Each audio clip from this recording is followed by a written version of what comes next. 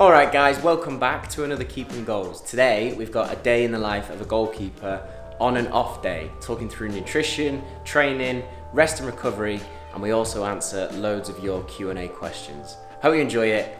Let's jump straight in.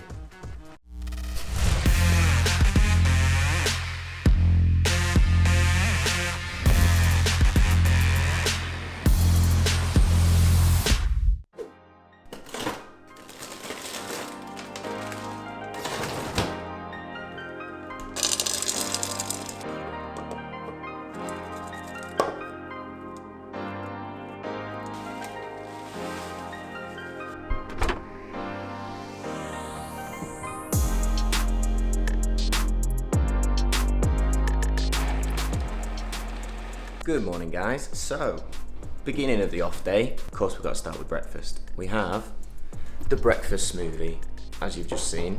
And inside the breakfast smoothie we have frozen berries, banana, oats, peanut butter, milk, a little bit of pepper and a little bit of turmeric. That little combination is a little hack to help with inflammation, which on off days is obviously something that's good after a full week of training and then a game as well. So this is the first difference between off days and training days. If I had training sessions or a match, obviously my breakfast would be a little bit bigger. I'd maybe have something like porridge, but because it's a lighter day, I don't need as much energy, I don't need as much calories. And as it's the summer, who doesn't love a smoothie? So that's what we start with on the off day.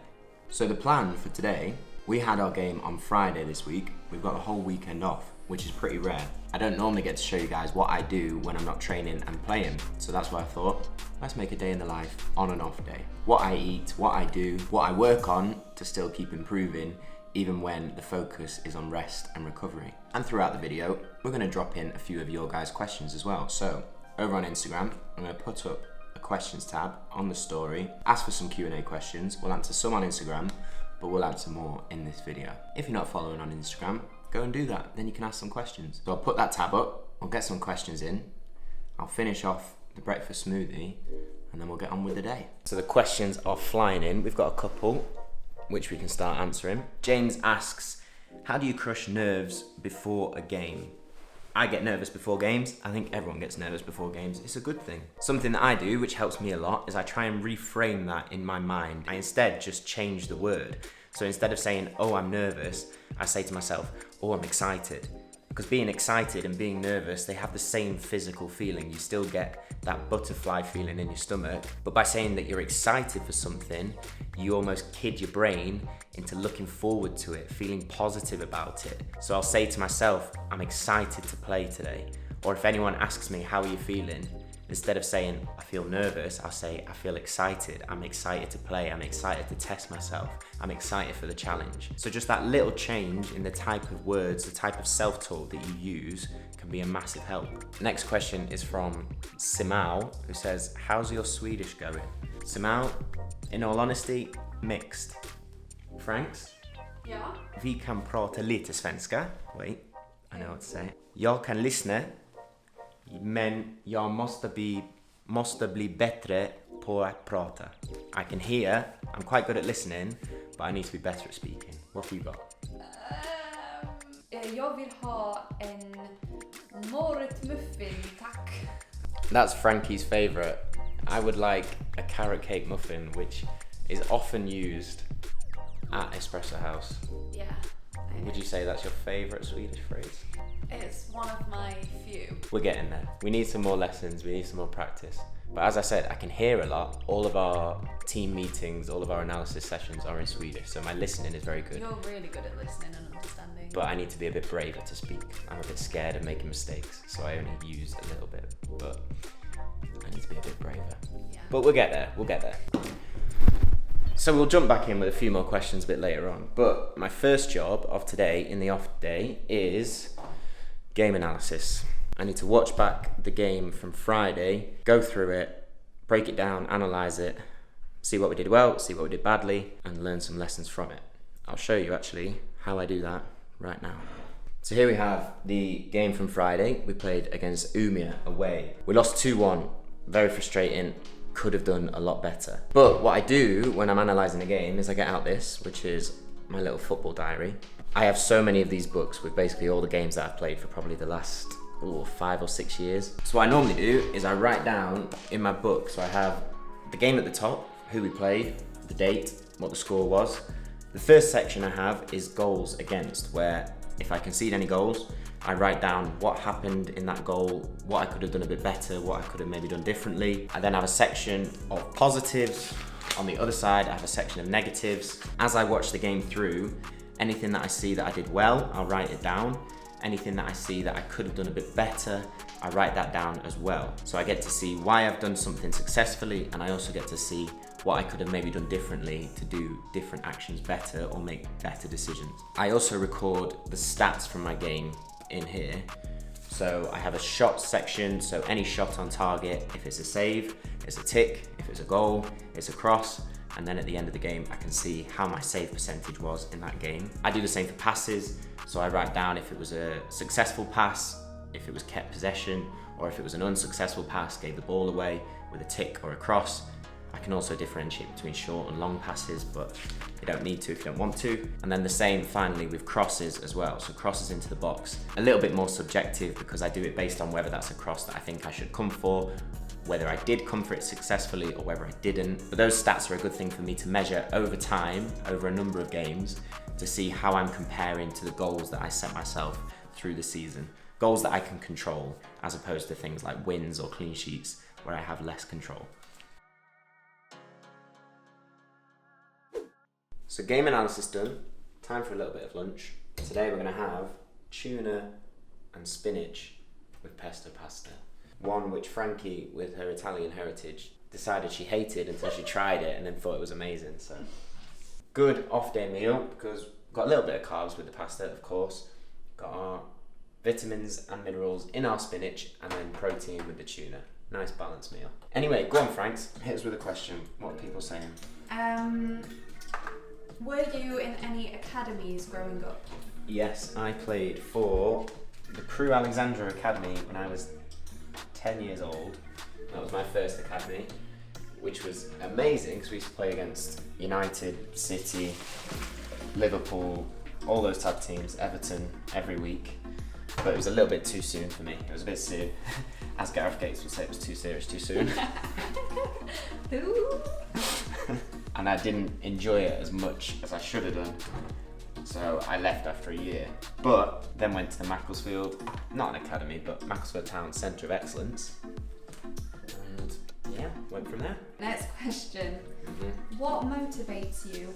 There are a few things that motivate me. So you can have internal motivators or external motivators. I try and focus on internal ones because those are the things that will keep you going, as opposed to an external thing like playing for a certain club or in a certain league or a certain amount of money. Those type of things, they don't sustain you if it's external. Internal motivators, for me, I'm always trying to get better. I always want to be a better keeper. Things like that game analysis. I'll watch it and I think, oh, I could have done that better, could have done that better. And that's the way that I kind of motivate myself. I enjoy the process of trying to learn and improve and being the best keeper that I can possibly be. But of course, there are some external things, like trying to play as high as possible. But for me, the main one is just trying to improve and get better. This one I like. Ready. I'm making your lunch here, as well as making killer content. Right, go on, hit me. Right, if you didn't play football, what other sport would you choose? Ooh, great question. Oh, I already know the answer to this. Do you? I know your answer. What would Maybe it be? when now you'd say, well, before you would have said UFC, and now you'd say, you definitely want. I'd love to enjoy to do martial arts. I don't think I Yeah. would have made it to the UFC. I think you would have. And now you just want to play golf all the time, or cricket, like we were watching yesterday. Not cricket. I like tennis and I like golf. I didn't like them when I was younger, but I do now. See, we were just a football family. We didn't really do anything else. Maybe martial arts because my dad did martial arts. But yeah, tennis, golf. Getting more into them for sure. Best advice for a foreigner who will be playing football in the UK? Ooh. Get ready for some fish and chips. Beans on toast with cheese is a pre-match meal. Depends on the level. Just be ready for lots and lots of games. If you're playing non-league, games galore, Tuesday, Saturday, all the way through the year. Just try and find somewhere to play, anywhere. Doesn't matter what level. Get started, work your way up, and enjoy it. Playing abroad is always fun. And then, Right, last question because we're nearly ready for lunch. Messi or Ronaldo? Oh, dear.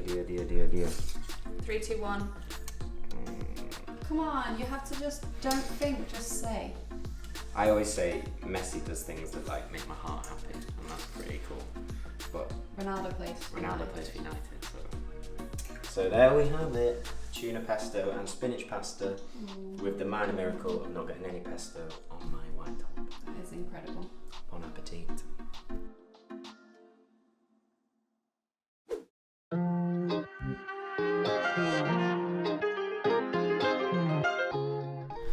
So we've come for a little walk in the park. Weather, average. Bit cloudy, not particularly warm. An off-day staple, really. We don't have a car here in Petear, but you don't really need a car here in Petear. It's quite a small town. We're going to do this walk, and then we're going to go to shop and buy food, because we live exciting lives. How long did you train with Scott Healy? I've trained with Scott since I was about 10 years old, actually. 10, 11. If you haven't already seen the video that we did when we went and trained with Scott and Chris, it's a belter. So I'll put the thumbnail thing here, you can go and give it a watch. But yeah, Scott's a goalkeeper coach in the Manchester area who I've trained with since I was very, very small. And he's brilliant. There's one question, it just says, how do you cope? I hope that doesn't mean with me. Well, Okay. I'm running out of tactics. Favourite Swedish meal? Oh, I like reindeer. It's very, very tasty. Palt. Peter Palt. We don't like palt though. I don't let's be mind palt. honest. I quite like palt. Yeah, I thought it was Bless alright. Bless you. Is 21 too late to try to make it? No. Just try and get better every day. What's the definition of making it as well? You can go wherever you want to go. Just keep working, keep getting better. Focus on that each day at a time. Don't think about making it, whatever that means. It's not really a thing. Can leg strength help with kicking distance? Yeah, definitely. When I was younger, I couldn't kick it. Well, I could barely kick it outside my box. And yeah, technique and practice helped a lot, but so did just getting older, getting stronger, leg strength. That definitely helps with kicking distance, for sure. What part of your game did you find most difficult as a teenager, and how did you improve on it? Kicking, there you go. Kicking was one of the worst parts of my game. Basically, since I was a kid, had my defenders taking my goal kicks for me, which is always embarrassing. Lots and lots of practice, lots of focus on connection, technique, and then, like I say, as you get older, your legs get stronger. But we do have a distribution program with all the drills that I used to use when I was trying to improve my kicking. All solo drills that you can train by yourself. So links down there if you want to get your own. Right, one more, then we need to go to shop. What do you focus on in season at the gym? Maintenance. At whatever level you are, obviously you're not trying to push and gain strength and power because you need to be fresh and ready on the weekend. But you don't want to stop doing your S&C work because that means that you're more likely to suffer from injuries. So trying to maintain a good level of S&C at whatever level you've built up to. So I'd say 60 to 80% of your 1 rep max. Yeah, still working upper and lower body strength, power, a little bit of rehab, prehab work as well for any area that's a little bit weaker. But yeah, those would be my tips. Right, I think that will do for that batch of questions. Thanks, Quizmaster. You're very welcome. Solly ball, look at these. Look what we found. Chocolate fingers and Cadbury's. chocolate digestives. Wow. What a day. What a day. There we go.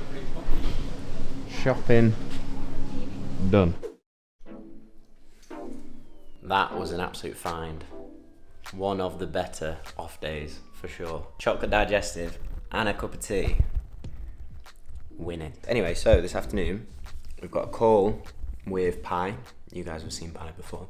Pi's someone that I work with on the kind of sports psychology, mental coaching side. Probably go through the game that we played on Friday, how I'm feeling about that, and then prep for this week, come in, set some small goals, get everything set from the mindset point of view.